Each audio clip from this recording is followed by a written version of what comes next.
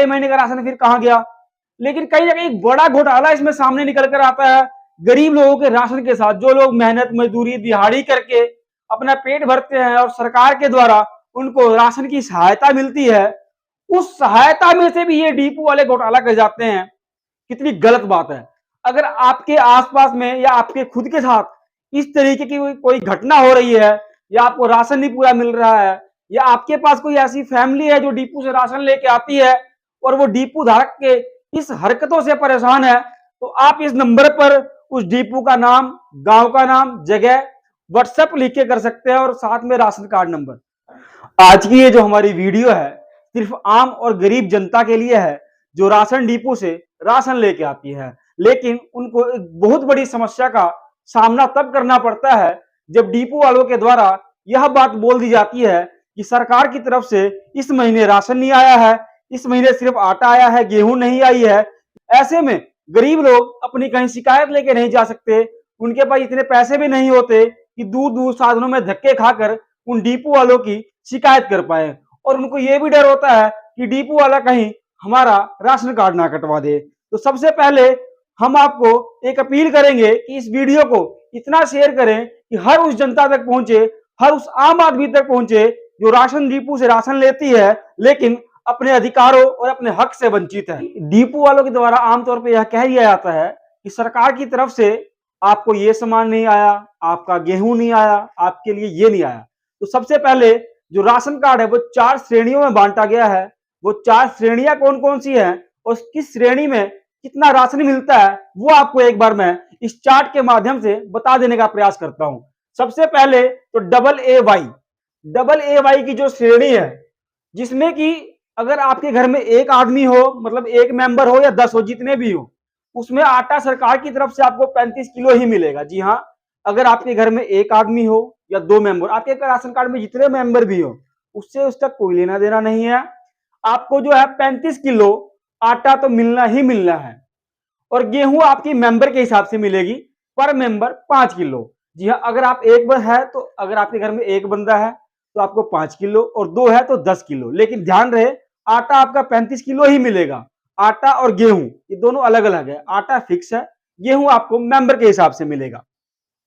और अगर बात कर लेते हैं चीनी की, तो चीनी आपका पर मंथ यानी महीने की बात करें तो महीने में 1 किलो चीनी वो आपको डिपो धारक के द्वारा देना होगा। उसके बाद बात कर लेते हैं नंबर 2, दूसरे नंबर पे आती है बीपीएल की श्रेणी। जी हाँ, बीपीएल कार्ड, जिसमें मेंबर के हिसाब से राशन मिलता है। जी हाँ, आपके घर में जितने भी मेंबर होंगे, जितने भी सदस्य होंगे आपके राशन कार्ड में, उसके हिसाब से ही आटा और गेहूं मिलेगा, जिसमें एक सदस्य का 5 किलो गेहूं और 5 किलो ही आटा आपको मिलेगा। और कार्ड पर अगर महीने की बात करें तो एक महीने में 1 किलो जो चीनी है वो आपको मिलेगी, जिसकी कीमत आपको देनी होगी 13 रुपए 50 पैसे होती है। 1 किलो चीनी की जो कीमत है वो 13.5 रुपए यानी कि 13 रुपए 50 पैसे वो आपको देना होगा। ये पर महीने का है। इसमें कभी भी डिपो वाला आपको यह नहीं कह सकता कि आपकी सिर्फ गेहूं आई है, आटा नहीं आया, या आटा आया है, गेहूं नहीं आया है। सरकार ये तीनों सामान आपको देती है और हर माह देती है। इसमें अगर कोई डिपो वाला ऐसा करता है तो वो आपका अनाज खा रहा है, गरीबों का हक मार रहा है। अब बात कर लेते तीसरे नंबर की श्रेणी की। तीसरी श्रेणी में आता है ओपीएच। ओपीएच ध्यान से एक बार देख ले, ओपीएच, इसमें आपको चीनी नहीं मिलती। ध्यान रहे, ओपीएच कार्ड धारक अगर है तो आपको इसमें चीनी नहीं मिलेगी। इस कार्ड पर आपको सिर्फ गेहूं और आटा वही 5 किलो पर सदस्य के हिसाब से दिया जाएगा। अब इन सब बातों को लेकर एक आखिरी कैटेगरी है, वो भी पहले मैं बता दूं आपको। एक आता है लास्ट में एपीएल। इसमें आपको कुछ नहीं मिलेगा, सिर्फ एक वो प्रामाणिकता के लिए है कि आप वहां के सदस्य हैं या निवासी हैं या जो भी है। अब इन सब बातों को बताने का मतलब क्या है, अब मैं वो क्लियर कर देता हूं। हमारे पास बहुत से लोगों के फोन आते हैं, मैसेज आते हैं और सूचना किसी भी किस तरह से आती रहती है, जिनमें लोगों द्वारा यह शिकायत की जाती है कि जी हमारे यहाँ हमारा फला गांव है और डिपो वाला हमें राशन कम देता है, या कभी यह कह देता है कि आपका आटा आया है, गेहूं नहीं आई है, या इस महीने आटा ले जाओ, गेहूं अगले महीने लेके जाना। तो देखा भी गया है और सूत्रों के द्वारा हमने पता भी लगाने का प्रयास किया, तो यह भी बात ना सामने निकल कर आई है कि कुछ डिपो धारक ऐसे हैं जो 1 महीना आटा बांट देते हैं और 1 महीना गेहूं बांट देते हैं, जिससे कि क्या होता है, जो गरीब जनता अब जिसका ये हक है, उस गरीब जनता का हक ये डिपो वाले मार लेते हैं। सरकार तो पूरा दे रही है, लेकिन डिपो वाले क्या कहते हैं कि सरकार की तरफ से आपकी गेहूं जो है इस महीने नहीं आई है।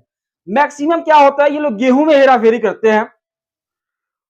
और जैसा कि यह भी देखा गया है, कुछ डिपो वाले क्या करते हैं कि जनता पब्लिक का राशन कार्ड लेके अपने पास रख लेते हैं। वो लोग ये इसलिए कर लेते हैं कि वो ये सोचते हैं कि अगर ये राशन कार्ड लेके किसी और डिपो पे गया और उसने इसे पूरा सामान दे दिया या किसी को दिखा दिया और इसे पूरी जानकारी मिल गई कि इसे क्या क्या सामान मिलना चाहिए, तो शायद वो फंस सकते हैं। इसलिए वो लोग राशन कार्ड अपने पास ही रख लेते हैं। और एक बात यह भी देखने में आई है कि मैक्सिमम डिपो वाले, कोई भी डिपो वाला हो, वो मशीन से जो पर्ची निकलती है राशन की, ग्राहक को वो नहीं दी जाती है, जो कि उसका अधिकार है। अगर डिपो वाला ऐसा नहीं करता है तो कहीं ना कहीं यह भी गैर कानूनी है, जिसके खिलाफ शिकायत हो सकती है। अगर आपके साथ भी इस तरीके से कोई भी वाकया घटना घट रही है या आपको राशन नहीं दिया जा रहा है, और अभी एक बात और हमारे सामने आई है, कुछ डिपो वाले क्या करते हैं, हाथ से मैनुअल पर्ची बना के ग्राहक को दे देते हैं कि आपकी गेहूं रह गई है, आपका आटा रह गया है, जो कि ऐसा नहीं कर सकते वो।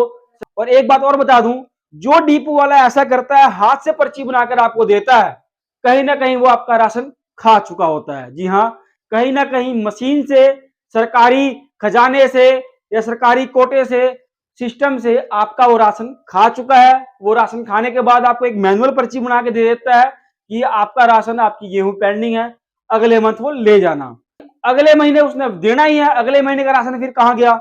लेकिन कहीं ना कहीं एक बड़ा घोटाला इसमें सामने निकल कर आता है गरीब लोगों के राशन के साथ। जो लोग मेहनत मजदूरी दिहाड़ी करके अपना पेट भरते हैं और सरकार के द्वारा उनको राशन की सहायता मिलती है, उस सहायता में से भी ये डिपो वाले घोटाला कर जाते हैं। कितनी गलत बात है। अगर आपके आसपास में या आपके खुद के साथ इस तरीके की कोई घटना हो रही है, या आपको राशन नहीं पूरा मिल रहा है, या आपके पास कोई ऐसी फैमिली है जो डिपो से राशन लेके आती है और वो डिपो धारक के इस हरकतों से परेशान है, तो आप इस नंबर पर उस डिपो का नाम, गांव का नाम, जगह, व्हाट्सएप लिख के कर सकते हैं और साथ में राशन कार्ड नंबर। अगर इस तरीके की कोई भी शिकायत हो तो आप इस हमें बता सकते हैं। हम उस व्यक्ति की जो आवाज है वो प्रशासन तक पहुंचाएंगे और कोशिश करेंगे कि उसको उसका अधिकार और जो उसका राशन है वो मिले, और गरीब व्यक्ति का जो राशन है, जो ये डिपो होल्डर खा रहे हैं, वो उससे बच सके।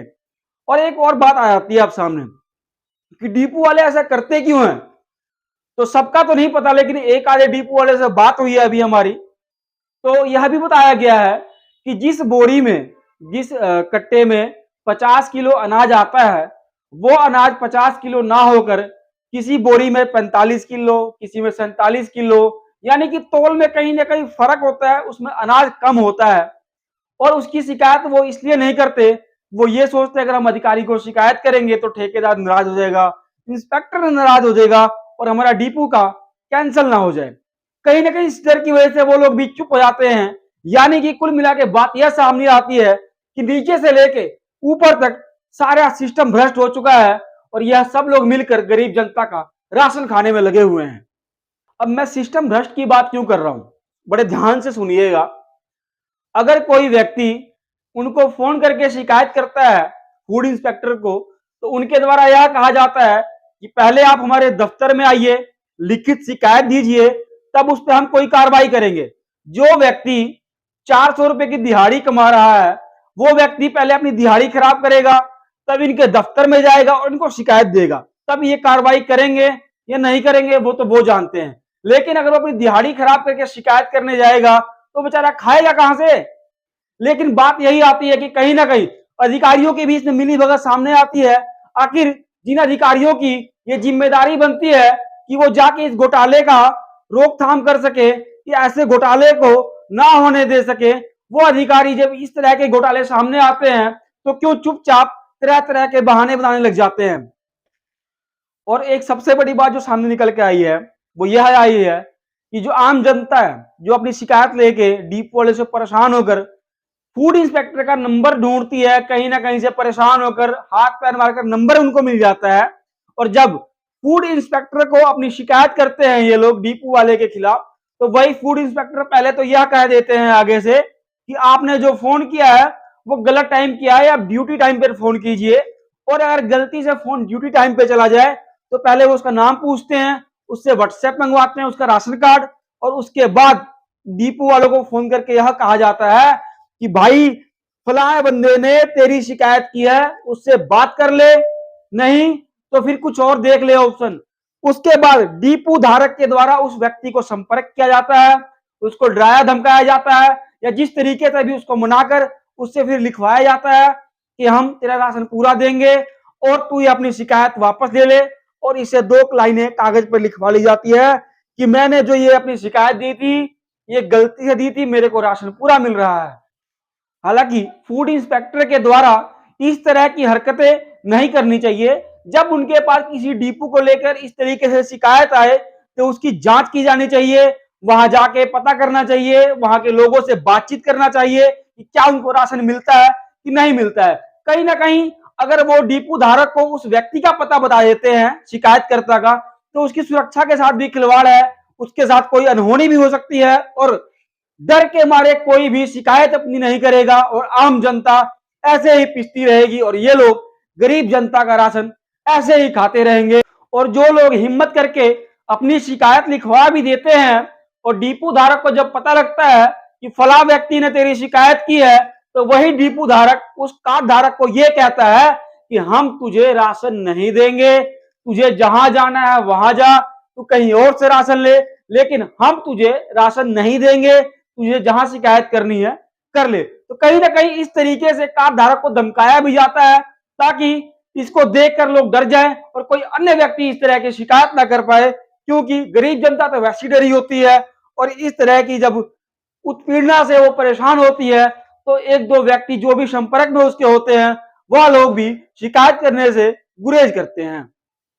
एक बार मैं फिर से आपको बता दूं, अगर आपके आसपास भी इस तरीके से कुछ घोटाला हो रहा है तो आप इस पर व्हाट्सएप कर सकते हैं, नाम पता और डिपो धारक का नाम लिखकर। हम आपकी इस आवाज को उच्च अधिकारियों तक पहुंचाने का प्रयास करेंगे और हमारा प्रयास रहेगा कि हम आपका हक, आपका राशन आपको पूरा दिलवा सके। और एक मेरी अपील हाथ जोड़कर उन अधिकारियों से रहेगी, उन उच्च अधिकारियों से जिनकी देखरेख में ये सारा कार्य प्रणाली पूरा होना था, वह लोग इसकी जांच हर माह करते रहें और उनका जो राशन का सप्लाई वाला सिस्टम होता है, जो सप्लाई चेन होती है, वो किसी उच्च अधिकारी की निगरानी में हो ताकि डिपो वालों के पास भी पूरा अनाज पहुंचे, ताकि वह भी किसी प्रकार का हेरा फेरी या घोटाला ना करें। और लास्ट में एक बार फिर से मैं सभी से अपील करना चाहूंगा, इस वीडियो को हमारे लिए शेयर मत करें, उस गरीब जनता के लिए शेयर करें जो इस उत्पीड़न से, जो अपना हक, जिसका हक मारा जा रहा है, उस गरीब जनता के लिए एक शेयर जरूर करना और इसको इतना शेयर करना कि हर उस आम जनता तक ये वीडियो पहुंच सके जो डिपो से राशन लेते हैं और जिनका हक मारा जा रहा है।